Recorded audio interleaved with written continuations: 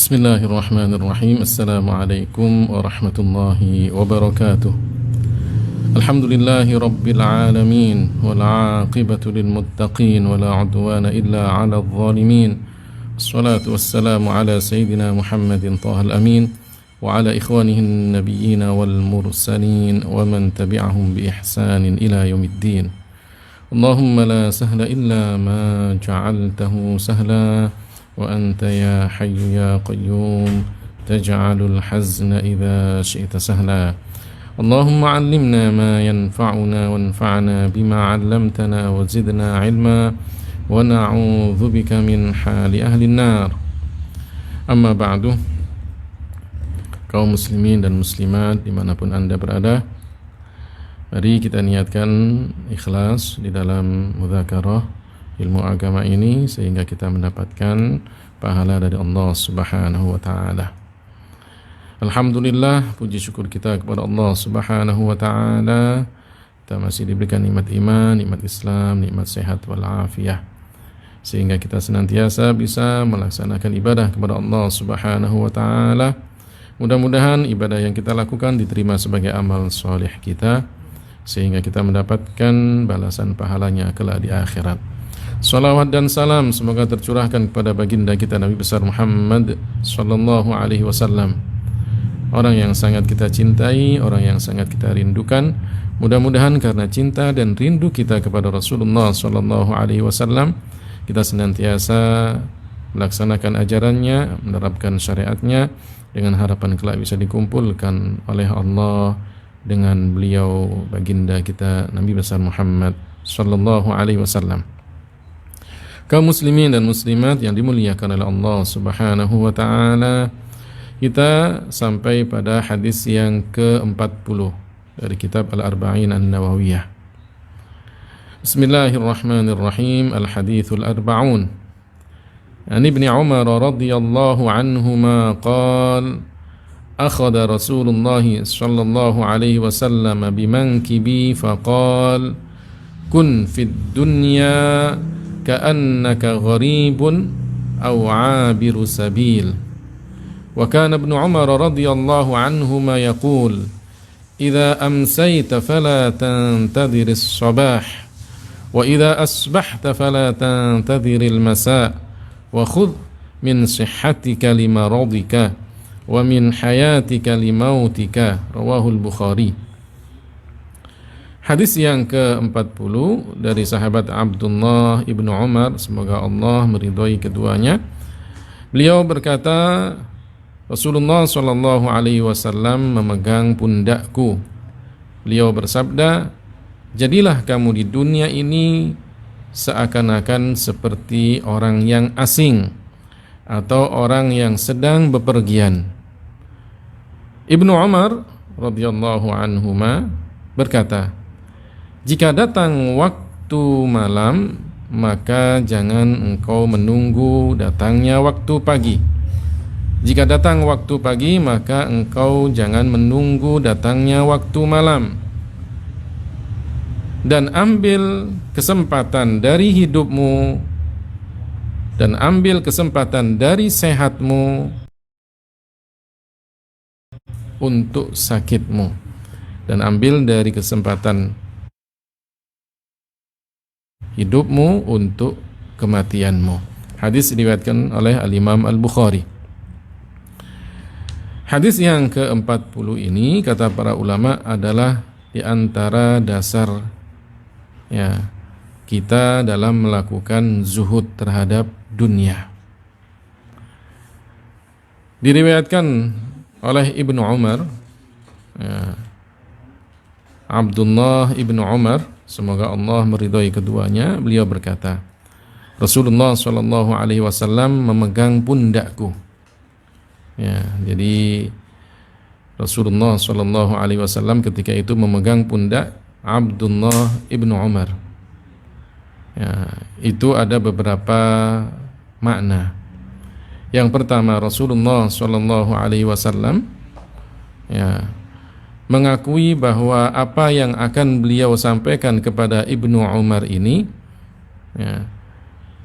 adalah sesuatu yang bisa diemban dilakukan oleh Ibnu Umar. Beliau percaya bahwa ketika beliau memberikan nasihat itu, Abdullah Ibnu Umar insya Allah termasuk orang yang bisa melaksanakannya. Kemudian ketika dipegang pundaknya itu, ya, Rasulullah SAW ingin, ya, menjadikan bahwa Ibnu Umar ini, Abdullah Ibnu Umar, itu akan merasa bahwa dirinya diperhatikan oleh Rasulullah SAW, sehingga ketika Rasulullah mengucapkan sesuatu, dia pun juga akan memperhatikannya. Jadi ketika kita memegang pundak dari anak kita, atau ketika kita memegang pundak dari bawahan kita, kemudian kita berikan satu tugas, satu nasihat, maka dia akan mendengarkannya dengan seksama. Dan itu sering dilakukan oleh para guru kepada muridnya, atau seorang atasan ketika ingin memberikan tugas yang berat kepada bawahannya, kemudian dia pegang pundaknya. Saya serahkan urusan ini kepadamu. Pegang pundaknya, ditepuk pundaknya. Itu biasa. Ya, Rasulullah SAW ketika itu juga melakukan demikian untuk mengajarkan kepada kita bahwa hal ini, ya, ada maknanya. Orang yang kita pegang pundaknya, dia akan merasakan diperhatikan. Setelah itu kemudian dia pun juga akan memperhatikan apa yang akan kita berikan kepadanya atau kita bicarakan kepadanya. Rasulullah Sallallahu Alaihi Wasallam, beliau memberikan nasihat kepada Abdullah ibnu Umar, kun fid dunya ka'annaka gharibun aw 'abiru sabil. Jadilah engkau di dunia, ya, bagaikan orang yang asing atau orang yang sedang bepergian, musafir. Jadi ini dasar dari perilaku zuhud dunia. Rasulullah SAW menganjurkan Ibnu Umar untuk hidup di dunia ini bagaikan orang yang asing. Kemudian lebih ditekankan lagi, bagaikan orang yang sedang bepergian, seorang musafir. Apa yang terjadi pada orang yang asing jika berada pada satu tempat? Orang yang asing itu, ya, jika berada pada satu tempat selalu merasa khawatir karena dia apa? Asing dengan lingkungan sekitarnya, merasa takut, merasa khawatir, tidak berbaur dalam urusan dunia mereka. Dia karena melihat si fulan semuanya tidak dia kenal. Orang-orang di sekitarnya membicarakan tentang dunia segala macam, dia asing. Dia mungkin akan lihat dari kejauhan, setelah itu jalan. Asing, tidak akan berbaur dengan mereka dalam urusan dunia mereka. Orang yang asing, dia selalu merasa khawatir. Kenapa? Karena nggak ada siapa-siapa. Takut dia dengan apa yang ada di sekitarnya. Asing, ya. Dia pun tidak akan bertentangan dengan orang-orang di sekitarnya, atau kemudian bersaing dengan orang-orang di sekitarnya. Asing, nggak tahu apa-apa. Kalau kemudian dia bersaing, dia pasti nggak tahu apa-apa. Orang yang asing, dia akan merasa bahwa dirinya tidak sama dengan yang lainnya dalam hal pakaian. Mungkin juga ketika dia sampai di tempat yang bahasanya pun juga berbeda, dia akan merasa nggak sama. Begitulah ketika kita hidup di dunia ini, ya, hidup di dunia ini bagaikan orang yang asing. Kita takut sewaktu-waktu ajal kita akan tiba. Kita khawatir kemudian ada sesuatu yang menimpa diri kita. Makanya jangan kemudian kita terlena dengan tulul amal, selalu berangan-angan untuk menumpuk harta duniawi semata, kenikmatan duniawi semata, istirahat dengan nyenyak segala macam. Terus dia ingin bisnis ini lagi, bisnis ini lagi, terus yang dipikirkan adalah dunianya. Tapi kalau orang yang asing, dia akan cukup dengan apa yang ada pada dirinya.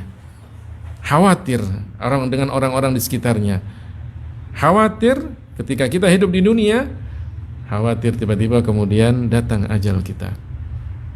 Rasulullah Shallallahu Alaihi Wasallam menambahkan, atau seperti orang yang musafir. Musafir lebih singkat lagi. Kalau orang musafir, dia ingin pergi ke satu tempat, sedang berjalan gitu kan, masih di dalam perjalanan, maka yang ada dalam benaknya adalah tujuan akhirnya. Kita di dunia, tujuan akhir kita apa? Akhirat. Berarti kita sebagaikan orang yang musafir. Orang yang musafir, dia akan apa? Di tempat itu dia beristirahat sementara. Bisa karena dia capek, kemudian dia istirahat sementara. Tujuannya yang ada di dalam benaknya adalah sampai pada tujuan akhirnya. Seorang musafir tidak kemudian dia akan lama-lama di tempat itu, kemudian menumpuk harta dan segala macam. Tidak. Seorang musafir, dia akan apa? Dia bawa bekal secukupnya untuk dia melakukan perjalanan biar sampai tujuannya. Dulu, ya, perjalanan itu menunggangi hewan. Kalau seorang musafir itu kemudian membawa banyak barang, maka apa? Hewannya pun juga akan lambat dalam perjalanan, nggak nyampe-nyampe. Seorang musafir tujuan akhirnya yang ada dalam benaknya. Begitulah kita di dunia. Tujuan akhir kita adalah akhirat. Jangan disibukkan dengan hal-hal yang menyebabkan kita semakin lambat untuk beribadah. Kita tidak tahu ajal kita kapan. Rasulullah Shallallahu Alaihi Wasallam menyebutkan di dalam sabdanya, riwayat Abu Hurairah, la yazalu qalbul kabiri syabban fitnataini fi hubbid dunya wa tulil amal. Ya. Rasulullah Shallallahu Alaihi Wasallam bersabda, senantiasa hati orang yang tua dia dalam usianya, ya, bagaikan anak muda dalam dua hal. Apa itu? Cinta kepada dunia dan punya angan-angan yang panjang. Dia orang itu meskipun dia tua, ya, ini kebanyakan orang, ya, meskipun dia umurnya sudah tua, dikatakan lanjut usia, sudah berumur, tapi kalau dalam masalah hubbud dunya dia merasa masih muda. Sering kan kita mendengar guyonan gitu kan, ya, bapak umurnya berapa? Padahal sudah berjenggot, sudah kemudian kelihatan apa, ubannya, rambutnya juga beruban. Ya, sambil tertawa dia ingin bergurau. Saya kalau dari pusar ke atas memang kelihatan sudah di atas 50 tahun. Tapi kalau dari pusar ke bawah masih 25 tahun. Nah, gitu kan. Itu kan bicara tentang apa? Guyonan dalam masalah duniawi. Dalam masalah dunia dia masih bisa. Ya, dalam masalah dunia dia masih merasa muda. Angan-angannya panjang padahal sudah tua. Nanti saya ingin punya ini, saya ingin punya ini, saya ingin punya ini. Angan-angan yang panjang ini akan menjadikan hatinya terus kemudian apa? Dilalaikan dengan kenikmatan-kenikmatan dunia. Ingin terus menumpuk dunianya padahal kemudian di akhirat sudah menunggu. Akhirat sudah menunggu. Ajal pun juga kita nggak tahu. Ya, makanya di dalam Al-Qur'an Allah Subhanahu wa taala mengingatkan kepada orang-orang kafir, "Dzarhum ya'kulu wa yatamatta'u wa yulhihimul amal fasawfa ya'lamun." Dzarhum, biarkan mereka orang-orang kafir itu kan ya'kulu, makan seenaknya, wa yatamatta'u, menikmati apa yang dia miliki, wa yulhihimul amal, mereka dilalaikan dengan angan-angan kosong belaka, ingin ini, ingin jadi ini punya rumah ini, ingin dan segala macam. Fasawfa ya'lamun, mereka nanti di akhirat akan mengetahui, ya, balasan dari Allah Subhanahu wa taala. Mereka hanya disibukkan dengan dunianya. Subhanallah. Suatu ketika Abdullah bin Umar ini sedang memperbaiki rumahnya. Rumahnya kecil, bilik kecil. Dia dan ibunya memperbaiki rumahnya. Datang Rasulullah sallallahu alaihi wasallam mengatakan, "Ma hadza ya Abdullah?" Apa ini wahai Abdullah? Kata Abdullah bin Umar, "Wahan, sudah reok wahai Rasulullah. Sudah mau roboh rumah ini. Makanya kemudian saya perbaiki." Apa kata Rasulullah sallallahu alaihi wasallam? Ma aral amra illa aqraba min dzalik. Saya tidak mengetahui perkara itu kecuali apa? Lebih dekat dari hal itu. Artinya apa? Belum tentu kamu selesai ya memperbaiki rumah ini, kemudian setelah itu kamu masih hidup. Bisa jadi ketika kamu sibuk memperbaiki rumah ini, kamu meninggal dunia duluan. Rumah yang diperbaiki rumah kecil, ya, bukan seperti sebagian dari kita, rumahnya sudah besar, direnovasi lagi. Sudah renovasi, kemudian punya uang, renovasi lagi, itu kan. Rumahnya tadinya sudah bagus, kurang besar. Jual, beli yang lebih besar. Menurut dia, saya ingin investasi dunia. Padahal sebetulnya hidup kita tujuannya apa? Akhirat. Kalau mau investasi, investasilah akhirat. Bagaimana dengan amal soleh? Ya, dengan amal soleh. Bukan dengan berangan-angan yang tinggi tentang dunianya. Belum tentu dia sampai pada angan-angannya, ajalnya sudah memutuskan semuanya. Ya, Allah Subhanahu wa taala mengingatkan orang-orang kafir jangan sampai ya mereka terus seperti itu. Lihat apa yang Allah berikan nanti di akhirat. Ya, kita pun sebagai orang mukmin mengambil hikmah dari itu semuanya.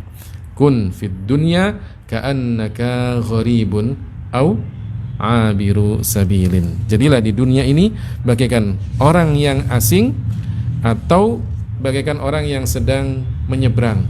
Artinya melakukan perjalanan, musafir.